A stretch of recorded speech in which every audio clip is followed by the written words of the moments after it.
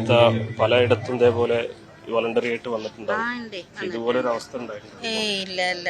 ചൂരൽമല അവിടെ മറ്റേലൊക്കെ പോയിട്ടുണ്ട്. ഷബീർ മാഞ്ഞാമ്പ്രയൊക്കെ പോയിട്ടുണ്ട്. ഞങ്ങൾ പോയിട്ടില്ല.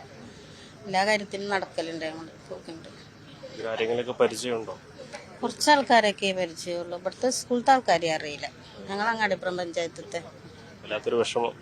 വല്ലാത്ത വിഷമം. ഇങ്ങനത്തെ ആർക്കും വരുത്തരുത് എന്നൊരു പ്രാർത്ഥനയുള്ളൂ നമുക്ക്. അത്ര എളുപ്പത്തിൽ നമുക്കൊന്നും ഉൾക്കൊള്ളാൻ കഴിയുന്ന ഒന്നല്ല.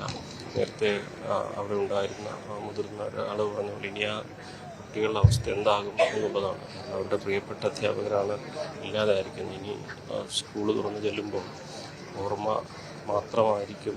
ഇതുവരെ പൂക്കളും മധുര പലഹാരങ്ങളും മിഠായികളും പുസ്തകങ്ങളും ഒക്കെയായി സന്തോഷത്തോടെ അവരെ സ്വീകരിച്ചിരുന്ന ആ അധ്യാപകരെ ഇനിയില്ല എന്നുള്ളത് ഒരു വല്ലാത്ത ഉൾക്കൊള്ളാൻ കഴിയാത്ത ഒരു വേദനയായിട്ട് തന്നെ മാറുന്ന അവസ്ഥ.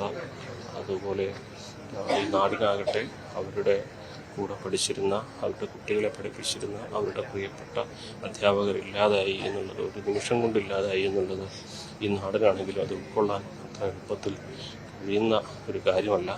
അതുകൊണ്ട് തന്നെ മുൻപ് ഒരിക്കലും കാണാത്ത, അഭിമുഖീകരിക്കാത്ത, അനുഭവിക്കാത്തൊരു ദുരന്തമാണ് പാങ്ങെന്ന ഈ കൊച്ചു ഗ്രാമം ഇവിടെ അനുഭവിക്കുന്നത്. പലപ്പോഴും ദുരന്തങ്ങളൊക്കെ ഉണ്ട്, കേൾക്കുമ്പോഴും അത് ഇങ്ങനെ ഒരു സാഹചര്യത്തിലേക്ക് ഇവിടെ എത്തിച്ചേരുമെന്ന് ആരും തന്നെ പ്രതീക്ഷിച്ചിരുന്നില്ല.